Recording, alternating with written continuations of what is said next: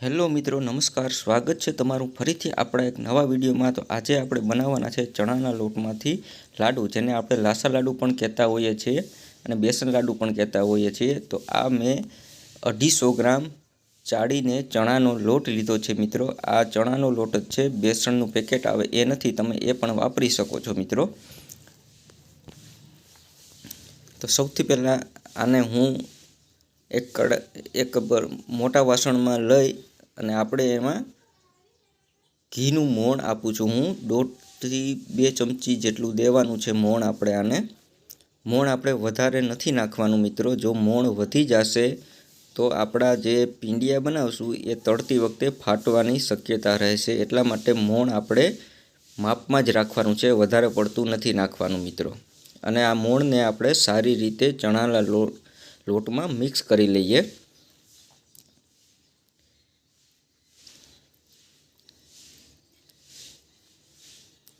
અને જો મિત્રો આ તમને મારો વિડીયો સારો લાગે તો વિડીયોને લાઈક કરો, ચેનલને સબસ્ક્રાઈબ કરો અને તમારા મિત્રોમાં પણ શેર કરો. અને આ રેસીપી ઘરે પણ બનાવીને ટ્રાય કરો, ખૂબ જ મજા આવશે ખાવાની મિત્રો. અને આ વિડીયો છે એ અંત સુધી આખો જોજો મિત્રો.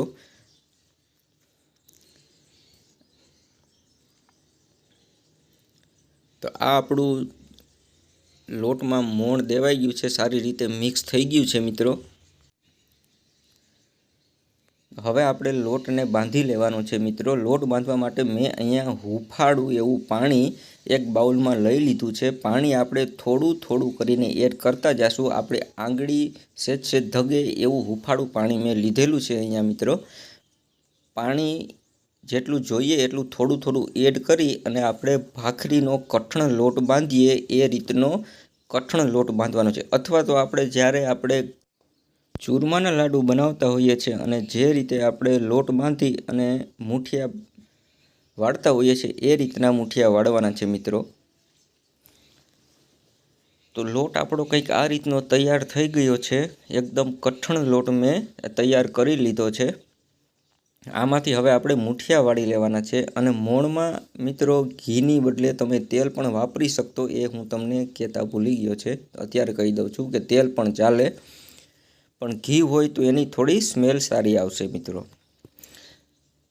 અને જો મિત્રો આ રેસીપી તમને મારી પસંદ આવે તો એક સરસ મજાની કોમેન્ટ લખી દેજો. અને જો આ રેસીપીનો સ્વાદ તમે પણ લીધેલો હોય તો પણ એક કોમેન્ટ આમાં લખી દેજો મિત્રો.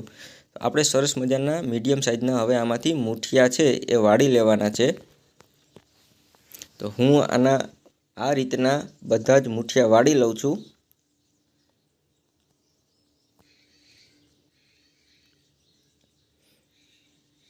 મૂઠિયા છે એકદમ આપણે કઠણ દબાવીને વાળવાના છે. તો આ રીતના આપણા બધા જ મૂઠિયા વળી ગયા છે. અને આ મૂઠિયાને હવે આપણે મીડિયમ ફ્લેમ ઉપર આપણું તેલ ગરમ થઈ ગયું છે, તો આપણે આને તળી લઈએ. અને આ મૂઠિયાને તળાતા મિત્રો 10 થી 12 મિનિટ જેટલો સમય લાગી શકે છે મીડિયમ ફ્લેમ ઉપર. અને આપણે હાઈ ફ્લેમ ઉપર નથી તળવાના, નહીં તો ઉપરથી એ બ્રાઉન થઈ જશે પણ અંદરથી કાચા રહેશે મિત્રો. એટલા માટે આપણે આને મીડિયમ ગેસ ઉપર જ આને તળવાના છે. એ વાતનું એક ખાસ ધ્યાન રાખવાનું છે. તો આ આપણે શરૂઆતના 3 મૂઠિયા જે નાખેલા હતા એ તળાઈ ગયા છે. અને હવે આપણે બીજા મૂઠિયા છે એને આપણે આમાં એડ કરી દઈશું.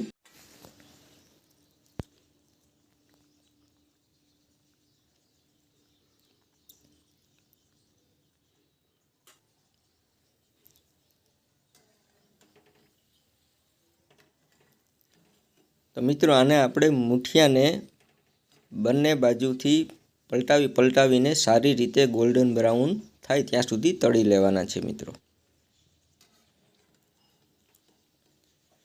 તો આને તળાતા આશરે 10 થી 12 મિનિટ જેટલો સમય લાગ્યો છે મિત્રો.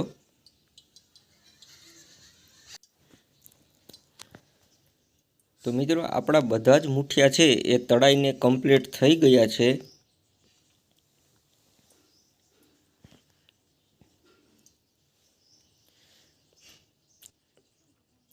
હવે આ મૂઠિયાને આપણે હાથથી આ રીતને તોડીને નાના ટુકડા કરી નાખવાના છે અને આને ઠંડા થવા દેવાના છે. ठंडा थई गया बाद आने आपणे घरमां रहेला मिक्सर वडे आनो आपणे भूको करी लेवानो छे। अथवा तो तमारे जो मिक्सर न होय तो तमे आने खांडणी अने दस्तारनी मददथी पण भूको करी शको छो, पण हूँ आने मिक्सरमां भूको करी लઉં છું। हवे अहींया एक वस्तु हूँ तमने ए कहेवानो छुं के जनरली जे बनावता होय छे एकदम फाइन पाउडर बनावता होय छे, जेना लाडवा खावामां चीकणा लागता होय छे। तो एना माटे थईने मैं अहींया थोड़ो एवो करकरो लोट राख्यो छे। तो एनाथी आपणे लाडवा वाळवामां थोड़ी तकलीफ पड़शे पण खावामां खूब ज मजा आवशे मित्रों।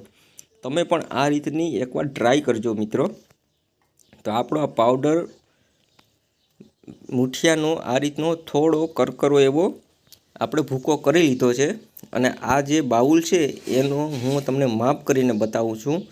તો આ જે બાઉલ છે એ 2 બાઉલ જેવો આપણો આમાંથી મુઠિયાનો ભૂકો તૈયાર થયો છે અને થોડો એવો એનાથી વધારે એવો થોડોક ઉપર થયો છે। તો હવે મેં આમાં ખાંડ કેટલી લઉં છું એ પણ હું તમને બતાવું છું મિત્રો।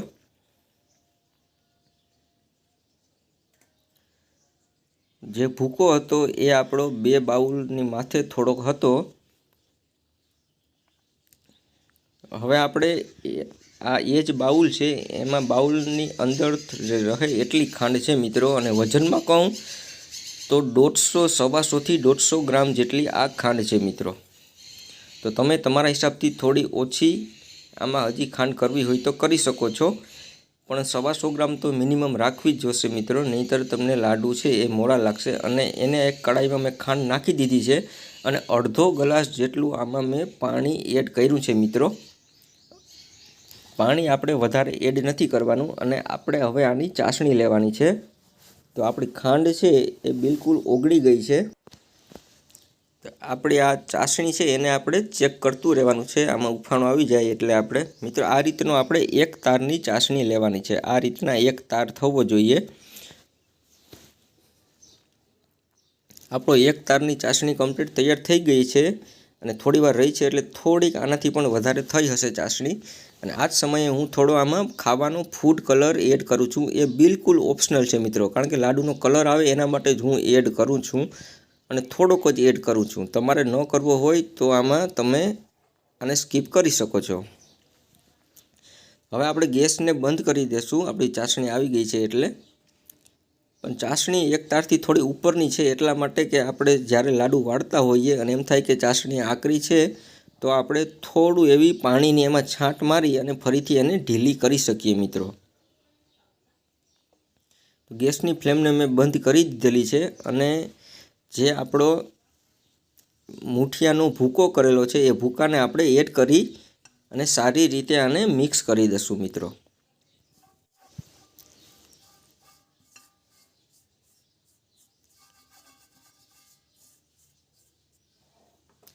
તો મિત્રો આને આપણે સારી રીતે મિક્સ કરી લીધો છે અને હવે આપણે આમાં 2 ચમચી જેટલું આપણે આમાં ઘી એડ કરશું। તમારે વધારે કરવું હોય તો વધારે પણ કરી શકો, પણ 2 ચમચી આમાં ઘી ઇનફ છે, જેનાથી એક સારી એવી સુગંધ આવશે ઘીની મિત્રો।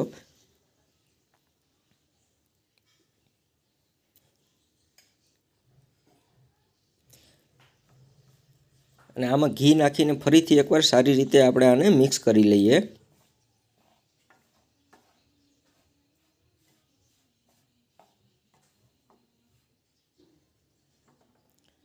અને હવે આપણે આમાં આ જાયફળનો ભૂકો કરેલો છે એને પણ આપણે એડ કરી દઈએ। અને જો તમારે આમાં ડ્રાયફ્રૂટ્સ નાખવા હોય તો આ સમયે તમે ડ્રાયફ્રૂટ્સ પણ આમાં એડ કરી શકો છો, પણ હું અત્યારે ખાલી જાયફળનો ભૂકો જ આમાં એડ કરું છું અને સારી રીતે આને મિક્સ કરી લઉં છું।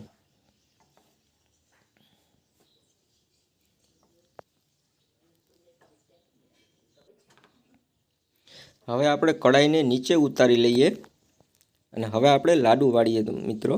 લાડુ વાળવામાં તમારે જે સાઈઝના લાડુ વાળવા હોય એ સાઈઝના લાડુ વાળવાના છે અને હાથમાં થોડું એવું ઘી લગાવવાનું છે, જેનાથી લાડુ છે એકદમ શાઇનિંગ વાળો બનશે અને એકદમ સરસનો બનશે મિત્રો। આ રીતે, કારણ કે આપણો લોટ છે મેં તમને જેમ આગળ કીધું હતું કે સેજ આપણે કરકરો રાખેલો છે એટલે લાડુ વાળવામાં થોડી એવી તકલીફ પડશે, પણ એ ખાવામાં ખૂબ જ મજા આવશે।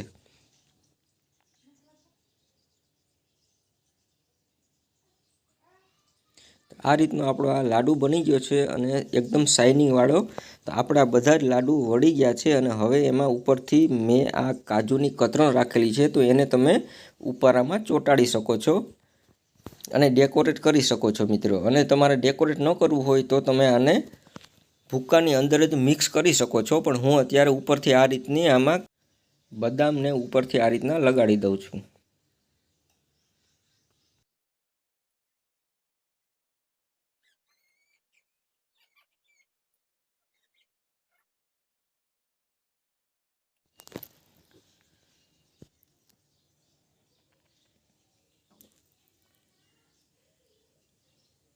મિત્રો આ આપણા ચણાના લોટના લાડુ અથવા તો લીસા લાડુ, બેસન લાડુ તૈયાર છે મિત્રો. જો તમને મારો વિડીયો પસંદ આવ્યો હોય તો એક લાઈક કરો, એક સરસ મજાની કોમેન્ટ કરજો અને ચેનલને જરૂરથી સબસ્ક્રાઈબ કરજો. તો એન્જોય કરો, ઘરે આ રેસીપી બનાવો અને આ મારો વિડીયો જોવા બદલ ખૂબ ખૂબ આભાર.